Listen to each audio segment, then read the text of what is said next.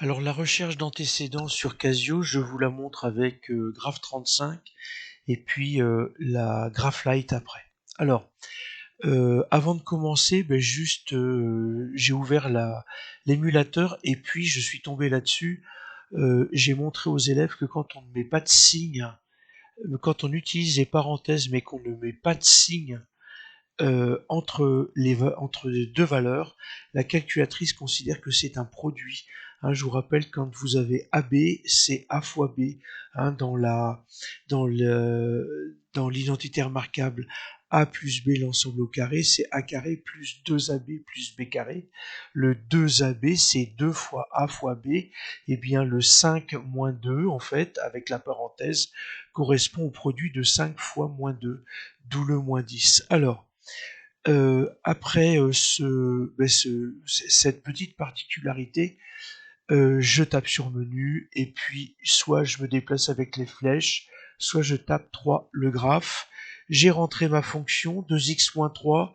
Attention, le moins ici c'est une expression, donc c'est bien le signe moins. Sinon, il vous faut taper plus moins 3. C'est complètement inutile. Et puis, soit vous tapez sur F6 pour avoir draw, soit vous tapez sur execute. Et ici, les valeurs sont à donner à 10-3 près. Alors, attention, pour avoir la notation fixe, en fait, va falloir rentrer dans le setup, donc faire un shift menu pour rentrer dans le setup. Et je vous rappelle, il faut aller à display, donc plutôt que de descendre plein de fois, vaut mieux monter 2 fois, vous arrivez à fixe. Je suis à fixe 1, écriture scientifique, écriture normale ou écriture ingénieur. Donc en bac professionnel, on ne l'utilise pas. Et en fixe, ici, en F1, on me demande combien de chiffres. Donc je vais dire 3. Hein, c'est bien 3 chiffres derrière la virgule. Donc je tape Entrée. Je suis bien en fixe 3. Et là, maintenant, je retourne. Je fais un exit, ou un quit, ou un exit. Et je suis bien à ma fonction. Et là, pour l'instant, j'ai rien changé. Sorti que je vais avoir alors une touche qui est le Graph Solver, qui est très très intéressante, exactement comme pour Texas et qui va plus loin. Donc je vais taper un Shift F5. Alors faut savoir parler anglais. Hein. Root, ça veut dire racine. Ça c'est quand j'ai une courbe, quand je veux rechercher un maximum si ma courbe est croissante puis décroissante, un minimum. Mais c'est pas ça qui va m'intéresser. Là, c'est l'intersection entre deux fonctions. Je n'en ai qu'une, donc aucun intérêt. J'ai une petite flèche, je vais aller à F6 et j'ai yCalc et xCalc. Ça, c'est classe de terminale, c'est le calcul intégral. Donc, si en fait je vais à yCalc, je vais avoir la possibilité de rechercher, par exemple, l'image de -1. Donc l'image de -1, je vais taper donc yCalc, c'est-à-dire F1, et la calculatrice me dit quelle valeur veux-tu, je lui dis -1, et la calculatrice me dit, eh bien, pour -1, alors attention, des fois, ça va pas apparaître, j'ai y égale à -5, d'accord? Alors, attention, vous voyez que ici, va falloir que je pense à mettre 3 chiffres derrière la virgule, parce que je ne les ai pas. Mais bien entendu, j'ai la table. Si je vais dans Menu, hein, j'ai une table en 5. Donc si je demande 5, la calculatrice me demande en rappel si c'est bien la même fonction. Et puis soit par F6, soit par execute, je vais avoir les valeurs. Et là, alors la valeur, la calculatrice est préprogrammée là pour du -10, 10 et puis en pas de 1. Hein, -10, -9, -8. Et en fait, vous voyez que quand je lis -10, je dois lire ici, et là, la calculatrice tient compte du nombre de chiffres de la virgule. Alors, je veux -3, et bien, je vais taper -3 directement, et la calculatrice va me donner -9. Hein, si je vais sur -9, la calculatrice me donne -9 avec 3 zéros derrière. Donc, voilà comment on va faire. Vous pouvez demander 0,5, aucun problème. la calculatrice vous dit à 0,5 eh bien que j'ai une image de moins 2, hein, 1 demi moins 2.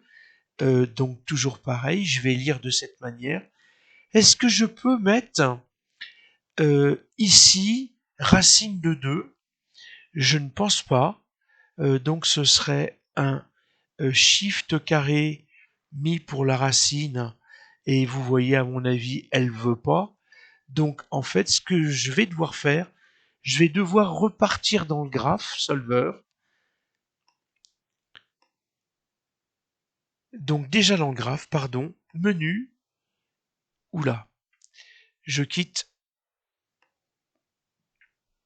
je demande le graph solver, donc dans menu, le graphe, et puis dans le graph solver, alors le graphe, et une fois que j'ai le graph solver, ici, F6, je vais demander X calculé, d'accord? Et donc X calculé c'est F2, et dans F2, on me demande quelle valeur, je lui dis racine de 2, et là, sans aucun problème, directement, hein, vous avez 1,414 et ça vous fait 2,207.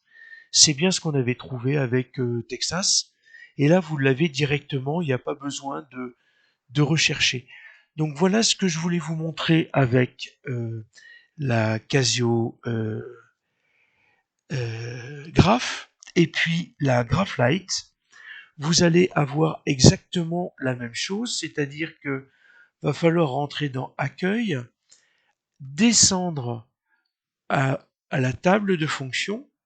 Ici, dans la table de fonction, vous entrez, on vous indique que f2x est vide, donc il va falloir aller dans Outils, définir f2x, exécute, je définis f2x comme étant 2x-3, 2x-3, j'exécute, et ici, alors soit vous définissez par les outils, mais je trouve ça complètement inutile, puisque vous pouvez définir la plage du tableau.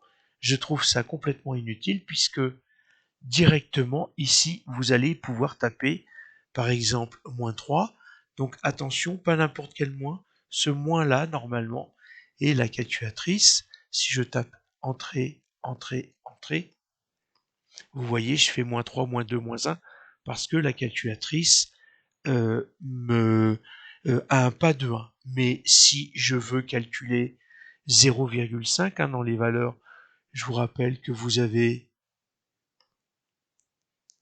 un demi ici, donc 0,5, eh bien la calculatrice vous donne 0,5 moins 2. Le seul souci, c'est que vous ne pourrez pas avoir la recherche de l'antécédent avec racine de 2 ici. Donc la valeur racine de 2, vous ne pouvez pas l'avoir. Vous devez aussi passer par le graphe, donc repartir dans Accueil, demander le graphe. Ici, c'est bien 2x-3. Vous allez au tracé, et puis une fois que vous êtes dans le tracé, les outils, résolution graphique, donc exactement comme l'autre, un coup à droite, et je vais aller rechercher soit les images, les valeurs de Y, soit les valeurs d'antécédents. Donc ici, si je demande racine de 2, donc racine de 2, la calculatrice vous indique sur le tracé, OK, que 1,414, le racine de 2, c'est 2,207, et c'est le point ici sur la courbe, donc exactement comme j'avais calculé. Donc voilà tout ce que je voulais vous donner comme information, parce que la recherche d'antécédents est un peu plus difficile que la recherche d'images, mais tout aussi intéressant, et vous avez tendance à différencier la table des valeurs avec le graphe, alors que c'est quelque chose qui est complètement lié. Voilà, écoutez, en espérant vous avoir aidé ou vous avoir fait comprendre un certain nombre d'informations.